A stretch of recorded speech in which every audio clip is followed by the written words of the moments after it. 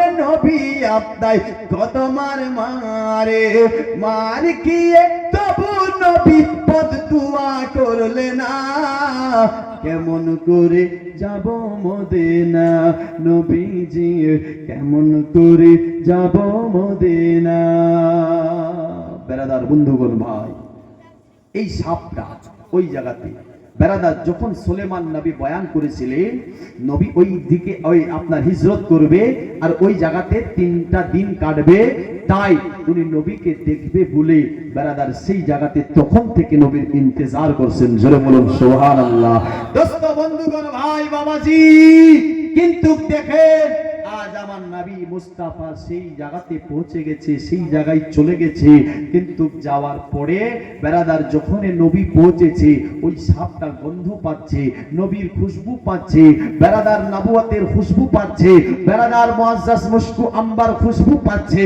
আমার রাসূলে পাক আপনার গর্তের মধ্যে চলে এসেছে, তাই সাপটা ছটপট করতে লেগেছে। এদিকে যায় যে ছিদ্র করে উনি রেখেছিলেন আপনার ছিদ্রর মধ্যে যাচ্ছে, তো ছিদ্রটা বন্ধ, আরো অন্যদিকে যায় ছিদ্র বন্ধ, আরো অন্যদিকে যায় ছিদ্রটা বন্ধ, বেরাদার যেদিকে যায় সেদিকে বন্ধ। কে করলো আমার কপালটা মন্দ? দোস্ত তাই চিন্তা, এ সাপ শুধু ছটপট ছটপট ছটপট করতে লেগেছে।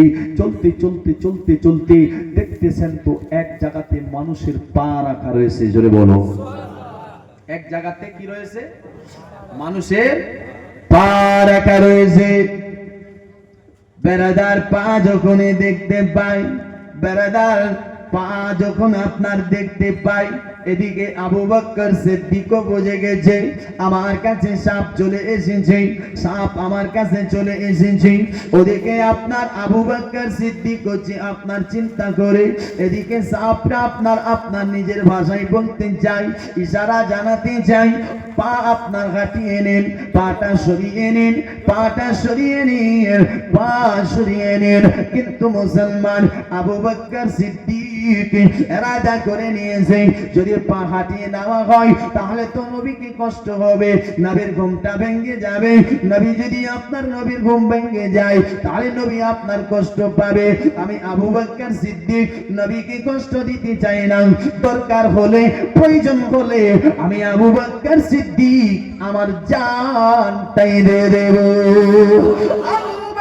সিদ্দিক বারাদার এই এরাদাটা করে নিলেন, আমি দরকার হলে প্রয়োজন হলে আমি আমার জানটা দিয়ে দেব।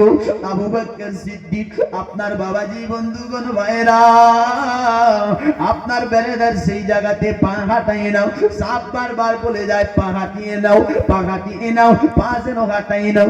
আবু বকর সিদ্দিক জানে না সাপটা নবীকে ভালোবাসে, আপনার সাপটাও জানে না যে আমার থেকে বড় আশিক আবু বকর সিদ্দিক আসে। বারবার বলার পরেও যখন আপনার কিছু হলো না, পা সরানো হলো না, শেষ পর্যন্ত বিরক্ত হয়ে এই সাপ যেন পায়ের মধ্যে দংশন করেছে, পায়ের মধ্যে কেটে নিয়েছে। পাটা কাটতে নয়, পুরানা সাপ ছিল ভাই, বিষাক্ত সাপ ছিল, যার কারণে আবু বকর সিদ্দিক বলতেছেন এত ব্যথা এত যন্ত্রণা আর যেন সহ্য হচ্ছিল না, সহ্য করা যাচ্ছিল না, শরীরের রংটা যেন বদলে যাচ্ছে। ও মুসলমান ভাইরা, পা থেকে নিয়ে মাথা পর্যন্ত সমস্ত আপনার যন্ত্রণা হতে লাগলো। আবু বকর সিদ্দিক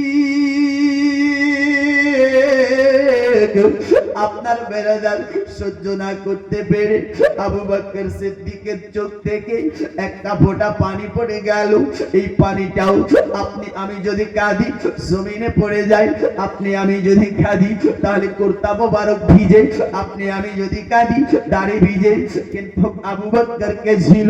নবীর প্রেমিক ছিল, নবীর সাহাবী ছিল।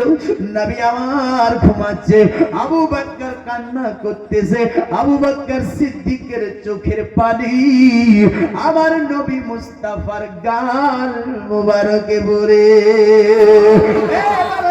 বন্ধুগণ ভাইরা বাবাজিরা, আবু বকর সিদ্দিক সিদ্দিক আপনার কার নাম চিন্তা করে দেখেন না ভাই আমার নবীর ঘুমটা হঠাৎ করে ভেঙে গেল আমার নবী মুস্তাফার ঘুম ভাঙতে নাই আমার নবী মুস্তাফা আবু বকর সিদ্দিককে বলেছিলেন আবু বকর তোমার চোখে পানি কেন একটুখানি বলো কি হলো তোমার কি হয়েছে একটুখানি বলো আবু বকর সিদ্দিক বলেছিলেন নবী গো আমার পায়ের মধ্যে সাপ কেটে ফেলেছে কেমন করে কাটলো একবার বলুন আবু বকর বলেছিলেন নবী গো আমি আপনার পাটা এই জায়গার মধ্যে রেখেছিলাম ওই সময়